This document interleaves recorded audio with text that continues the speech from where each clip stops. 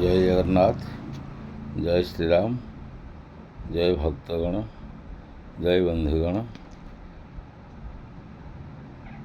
ଜୟ ଜୟ ଶ୍ରୀରାମ। ଭକ୍ତଗଣ, ଗୋଟିଏ କଥା, ରାମାୟଣର ଗୋଟିଏ ଉପଦେଶ ରହିଛି। ରାମ ଆଉ ସୀତା ଉପଦେଶଟା, ଭାବନା, ଚିନ୍ତାଧାରା ସବୁ ଅଲଗା। ଯାହା ଭାଗ୍ୟ ଲିଖିତ ଫଳ ତାକୁ କେହି କାଟିପାରିବେନି। ସ୍ୱୟଂ ସେଥିରେ ମଧ୍ୟ ପୀଡ଼ା ପାଇଥିଲେ ସ୍ୱୟଂ ପ୍ରଭୁ ରାମଚନ୍ଦ୍ର। ରାମଚନ୍ଦ୍ରଙ୍କର ଗୋଟେ ମଙ୍ଗଳ ଦୋଷ ଥିଲା, ଯାହାକି ବର୍ତ୍ତମାନ ଆମ ରାଜ୍ୟରେ ମଙ୍ଗଳ ଦୋଷ ବୋଲି ଗୋଟେ ଶବ୍ଦ ଲୋକ ଶୁଣିବାକୁ ପାଉଛନ୍ତି। ସେ ମଧ୍ୟ ପ୍ରକୃତିରେ ସତ୍ୟ। ମଙ୍ଗଳ ଦୋଷ ଥିଲେ କ'ଣ ହୁଏ? ଯଦି ପୁରୁଷର ମଙ୍ଗଳ ଦୋଷ ଥାଏ ତାହେଲେ ସ୍ତ୍ରୀର ବିଚ୍ଛେଦ ଯୋଗ ରହିବ। ଯଦି ସ୍ତ୍ରୀର ଥାଏ ତାହେଲେ ସ୍ୱାମୀର ବିଚ୍ଛେଦ ଯୋଗ ରହିବ। ପ୍ରଭୁଙ୍କର ଯେତେବେଳେ ମିଳନ ହେଲା, ମାଙ୍କ ସହିତ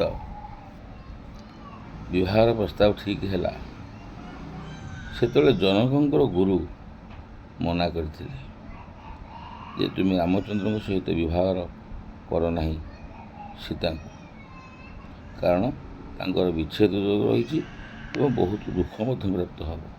ସେ କଥା ଜନକ ଋଷି ରାଜି ହେଇନଥିଲେ, କାରଣ ସବୁ କଥା ସେତେବେଳେ ସରିଯାଇଥିଲା। ସେ ଯାହା ବି ହେଉ, ପୂର୍ବ ଭାଗ୍ୟ ଲିଖିତ ଫଳ। ପ୍ରଭୁଙ୍କର ମଙ୍ଗଳ ଦୋଷ ଥିବା ଯୋଗୁଁ ସୀତା ପାତାଳଗାମୀ ହେଲେ ଏବଂ ପଞ୍ଚମରେ ରାହୁ ଅବସ୍ଥାନ କଲେ।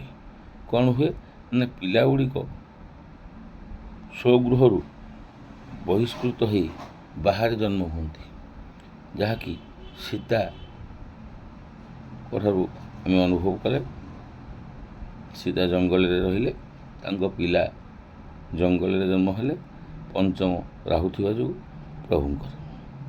ହେ ଭକ୍ତଗଣ, ଏ କଥାଟି ଆପଣ ଛୋଟିଆ କଥା ଭାବି ପାରିଥାନ୍ତି, କିନ୍ତୁ ମଙ୍ଗଳ ଦୋଷ ନିହାତି ଭାବରେ ଲକ୍ଷ୍ୟ କରିବେ। ଗୋଷ୍ଠୀରେ ଯଦି ଦୁଇ ଜଣଙ୍କର ମଙ୍ଗଳ ଦୋଷ ଥାଏ, ପୁଅ ଆଉ ଝିଅଙ୍କର ଉଭୟ, ତାହେଲେ ପରିପୂରକ, କିଛି ଅସୁବିଧା ହେବ ନାହିଁ।